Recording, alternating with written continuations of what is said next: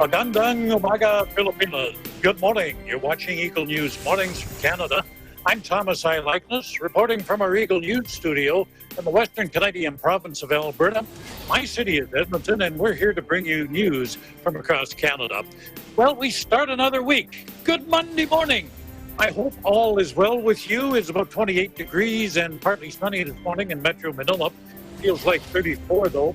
High today expected to reach 36, and again, it's going to feel a lot warmer than that, about 41 degrees. But get the fan going if you don't have aircon and try and stay cool. The air quality right now is rated as fair.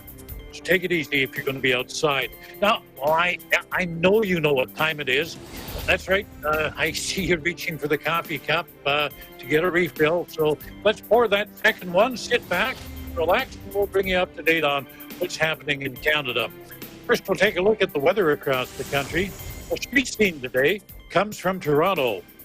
This street scene was shot by John Milano. You know, it's been cool over most of the country the past couple of days. Not a very nice weekend at all. Just chilly. I thought we were in the fall again. It felt like November.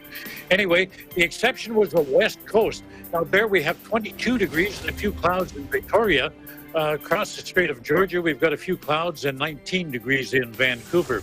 We move across the mountains into Alberta, Edmonton and Calgary around that 5-degree mark with clouds, but it does feel a lot chillier than that because there is a little bit of wind.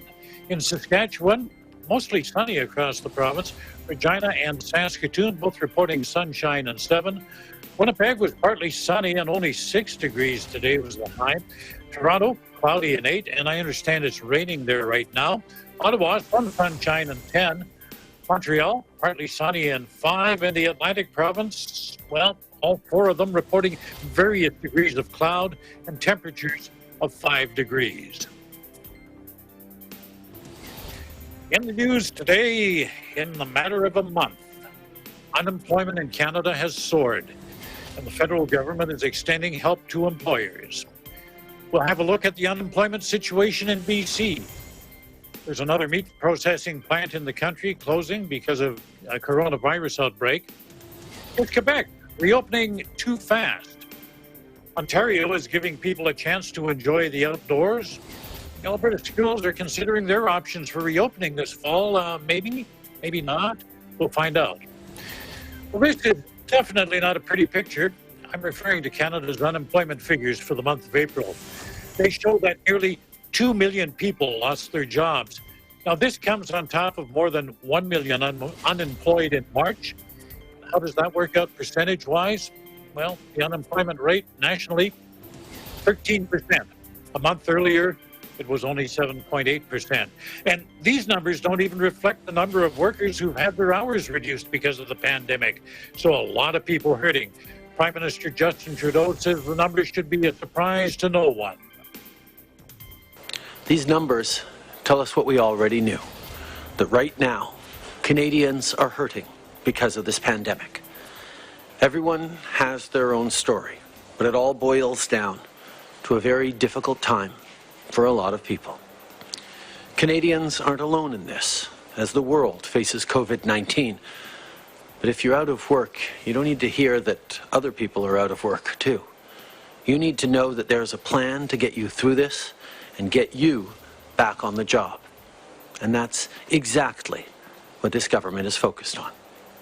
Now, Trudeau followed up his comments by saying the government will extend its wage subsidy program past the original date in early June. With a look at how the numbers played out in BC now, we have this report from Eagle News correspondent Vanessa Delacruz. Vanessa standing by live. How is it out in Victoria today? So, on May 8th, the Statistics Canada's Labour Force Survey for April 2020 was released. This showed high unemployment for BC in April compared to March. According to the statistics, BC's unemployment rate stands at 11% in April compared to 5% before the pandemic. 396,500 jobs have been lost in total for March and April in BC, mainly due to the pandemic. Carol James, Minister of Finance, has stated the sectors that have been mostly impacted. We also see from the numbers released today that the sectors most impacted in British Columbia were accommodation and food services, and wholesale and retail trade. In total, 47% of the job losses we saw in March and April combined were in these sectors. They have launched a COVID-19 action plan benefiting people who have been affected by this pandemic. It was just 1 week ago today that we launched our BC Emergency Benefit for workers, a $1,000 one-time tax-free payment for people who've lost employment because of the pandemic. Since then, we've processed and approved more than 400,000 applications. The majority of these payments are already in people's bank accounts. The BC Benefit for Workers is a critical enhancement to the federal program and supports that are also available to British Columbians. These have been unprecedented times, but with the gradual lifting of the restrictions, Carol's hopeful that BC sectors will work together to allow for business to start up again, allowing people to go back to work as long as it's safe to do so. In Victoria, Vanessa de la Cruz, we live in interesting times. Vanessa, before you go, I wanted to touch base with you on another situation in Victoria that has to do with the homeless population there. Could you update us on what's happening now? So currently, the province has extended the deadline to May 20th to allow homeless people to be relocated to hotels. Yeah, that's what the current situation is now. But in Vancouver, a lot of people, homeless people, have been moved. So May 9 is likely to be their deadline. Okay, thank you very much, Vanessa. In other news, another Cargill meat processing plant is dealing with an outbreak of COVID-19. This one just southeast of Montreal in Quebec employs about 500 people. 64 of them have been tested positive, and 171 were sent home because they were exposed to some of those infected workers. Now, Quebec is backing down on some of its plans to reopen the province. This affects the Montreal area. Montreal, of course, is the epicenter of the pandemic in Toronto. Businesses, schools, daycares, and so on in the city had been slated to reopen next week. That's been delayed until May 25th now. And some people are saying even that may be too soon. Even Prime Minister Trudeau expressed his concern about the province's reopening too quickly. Of course I'm worried as a Quebecer, as a Montreal MP, about the situation going on in my riding in the province, as I am concerned about Canadians from coast to coast to coast as Prime Minister. We need to make sure that we go progressively and slowly and gradually on any reopening, keeping at top of mind the importance of keeping people safe and healthy. I understand the economic pressures we're all under, and I understand how much people do want to go outside. But we need to do it in ways that we are sure are going to keep people safe. Because the last thing people want is a few weeks from now being told, okay, we loosened the rules and now COVID's spreading again and you're all going to have to go inside for the rest of the summer. People don't want to do that. That's why being very careful, step by step, is going to be so important. Okay, and this is really frightening, this projection from Quebec's Public Health Institute. It's suggesting that COVID-19 deaths in the greater Montreal area could soar to 150 a day if distancing measures are lifted. And it says new cases could reach 10,000 by June, putting more pressure on hospitals. Coming up in the next segment, you can now go for a walk in the provincial parks in Ontario, and will there be real classes in Alberta schools this fall? You're watching Eagle News Mornings from Canada.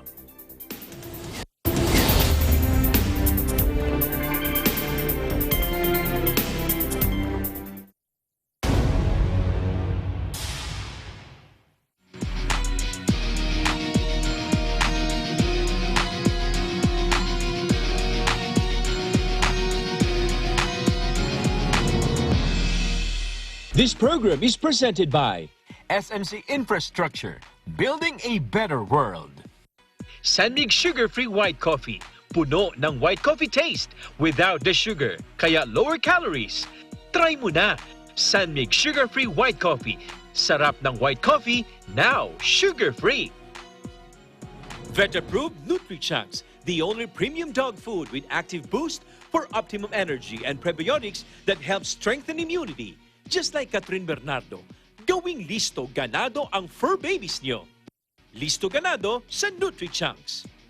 Co-presented by Kubert, expert in air conditioning and electromechanical. Also engaged in structural, electrical, fire protection, plumbing, and sanitary services. Kubert, your ultimate MEPS and air conditioning solutions. Vita Herbs Philippines Green Coffee. Masarap, mabango, at healthy pa. Canrib Corporation, your ventilation and air conditioning specialist. New San Jose Builders Incorporated. Unlad Incorporated International. Fight against global poverty. In participation with Rain or Shine Elastomeric Waterproofing Paint. Color for protection for your home. Matimco. Matimco is wood. Wood is Matimco. R Square Variables Incorporated, your trusted UPS supplier and UPS maintenance provider in Luzon, Visayas, and Mindanao. CompuZell Computer Services, ID card and lanyard manufacturer. Saisho International Trading Corporation. DN Steel. EMAC UPVC Roof Corporation.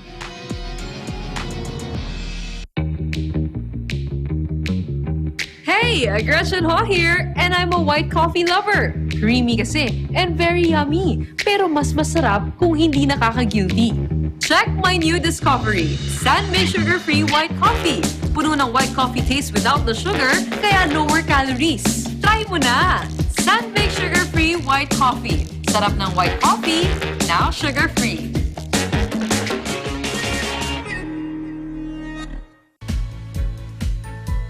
The Bulacan Bulk Water Project is a treatment facility that will provide bulk water to the 24 municipalities of Bulacan to meet the increasing water demand of its residents.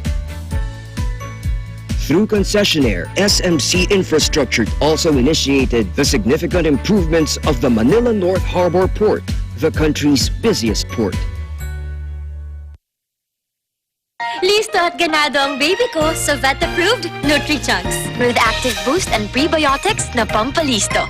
Made with real meat, with essential nutrients to help them grow healthy and happy. Listo, ganado sa Nutri-Chunks. Ikaw lang ang star ng buhay ko. Para sa akin, perfect ka.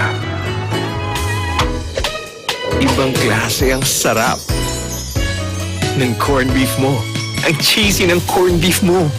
Pag Star Chunky Cheese Corned Beef, sarap ng corned beef, inangat pa ng real cheese cubes.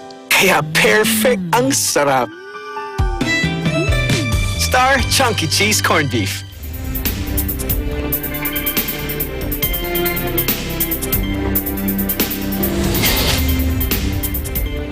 This is Eagle News Mornings from Canada. I'm Thomas I. Likeness.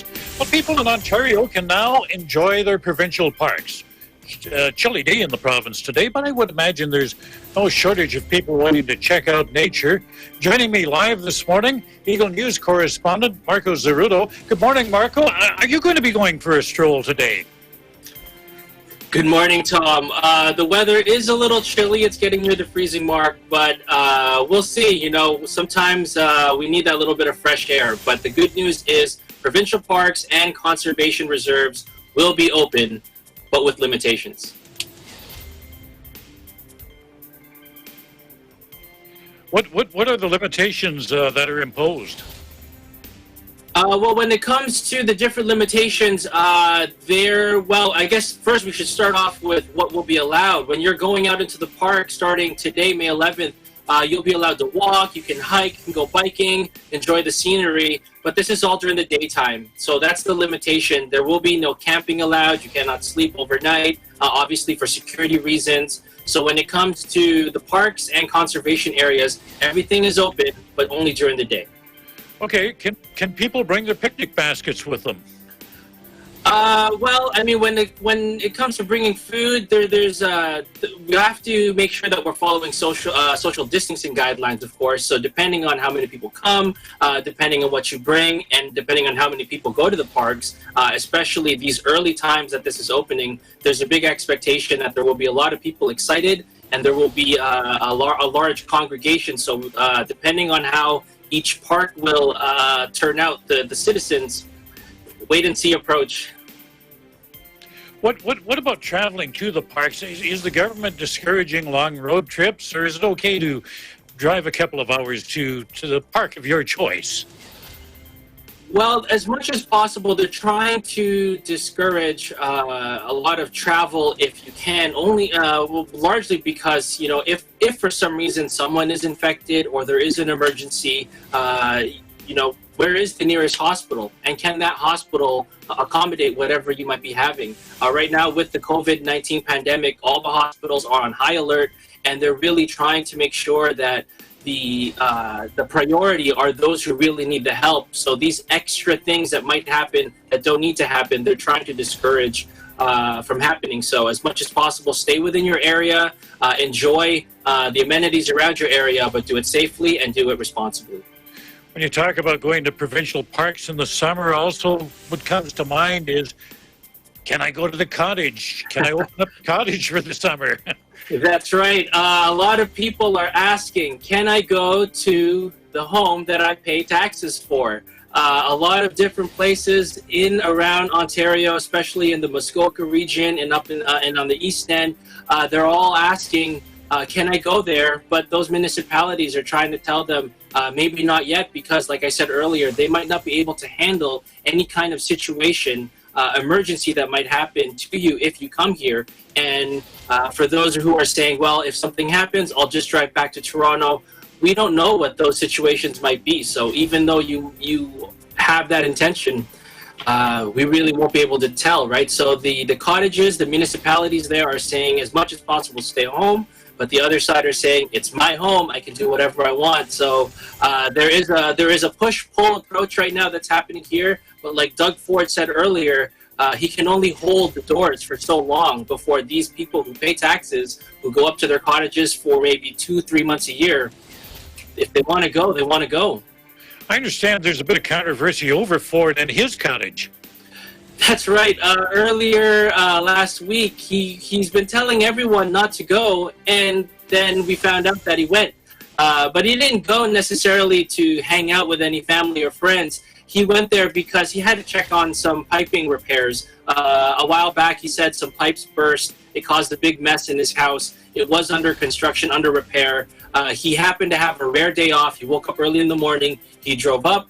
He checked it, and then he got back in his truck, and then he drove back down. So for some, he's being seen as a hypocrite. For others, he's being seen as he's just checking his house, cut him some slack. It's his first day off in so many months now, trying to take care of all of us. Certainly hardworking and making an impression on people. I just read this from my old employer, the Canadian Press.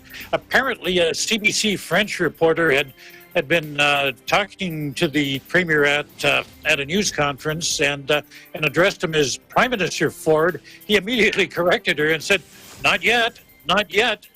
Is this guy even electable federally? A lot of people have been critical of Doug Ford, and a lot of them have changed their minds. A lot of people are saying the way he's handled this pandemic as Premier of Ontario is really showing the kind of leadership that some people have hoped, and then it's the type of leadership that some people didn't expect. But it's all positive. He's doing his best to make sure that everyone in Ontario is safe, and so far he has, when it comes to political points, he has gained a lot of those to the point where some people are saying, you know, maybe he went from a city councillor in Toronto to the premier on his first try. So who knows what happens when the federal election comes up. But when it comes to the parks, he's making sure that everyone's responsible. Like we said today, 500 parks will be open today, and then the other 100, a little over 100, will be open on Friday. So hopefully everyone will enjoy, along with him and his family, but of course practicing physical distancing and being responsible.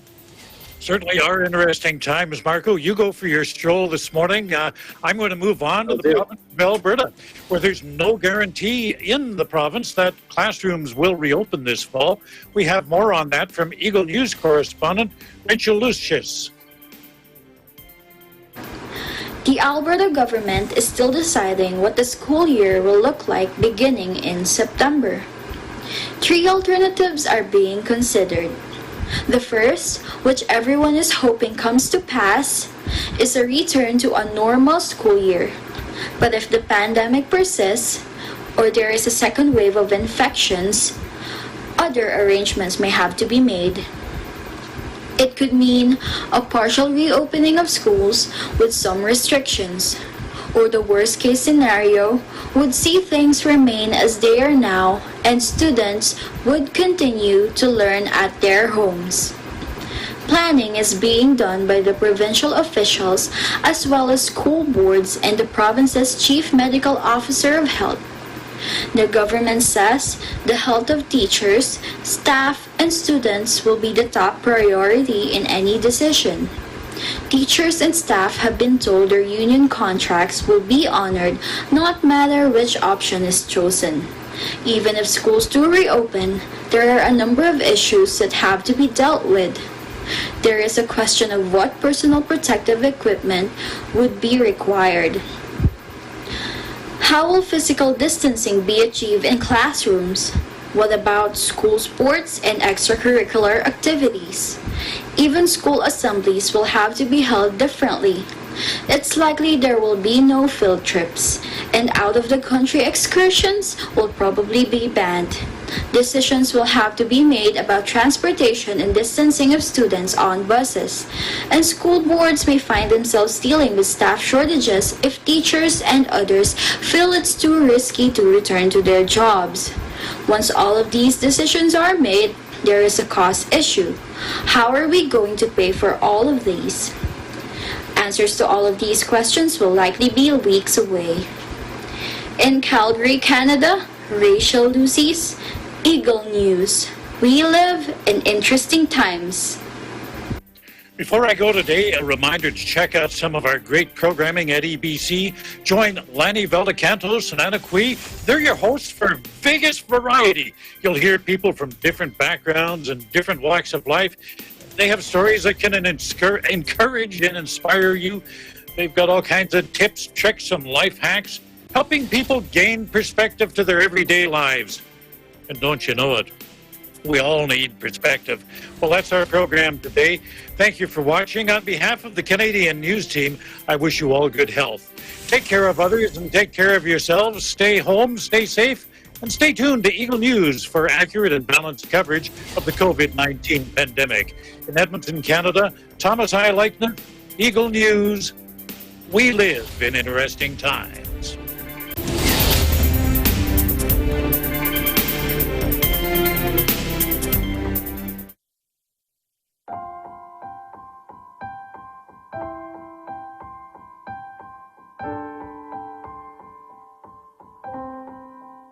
Kababayan, naharap na naman po tayo sa mabigat na pagsubok na ito. Ito yung COVID-19. I hope everyone's okay. I hope everyone's safe. Nandito po kami para hikayatin pa po kayo na maging matibay. Mas maging matatag po tayo and just stay positive po sa lahat po ng nangyayari ngayon. Mga mahal kong kababayan, lampasan po natin, pagtagumpayan po natin ang pagsubok na ito. Stay strong sa panahon po na to.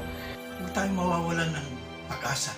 At inihikayat din po namin kayo na sana makinig po tayo sa ating gobyerno. Sumunod muna tayo sa gobyerno dahil yun yung pinakamainam na paraan para hindi na lumagana pa yung virus. Let's all stay at home.